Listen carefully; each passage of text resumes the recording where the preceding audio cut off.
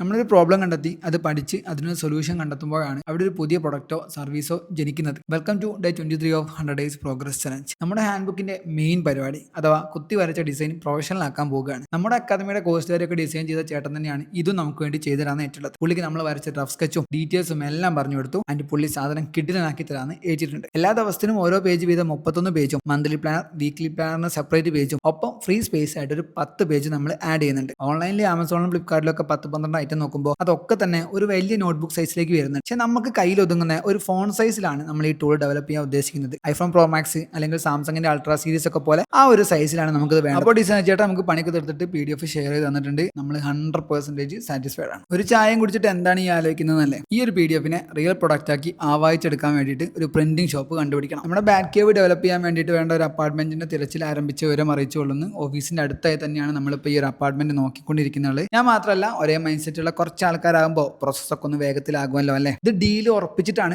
ഞങ്ങൾ ഇവിടുന്ന് ഇറങ്ങുന്നത് കേട്ടോ. അടുത്ത് കോഴിക്കോട് ബീച്ച് ഉള്ളത് കൊണ്ട് തന്നെ മോർണിംഗ് ഔട്ട്ഡോർ വർക്കൗട്ട് ഇനി ബീച്ചിൽ നിന്നാക്കാം. അപ്പോൾ അറിവ് അപ്ഡേറ്റ്സ് ആയിട്ട് അടുത്ത വീഡിയോയിൽ കാണാം.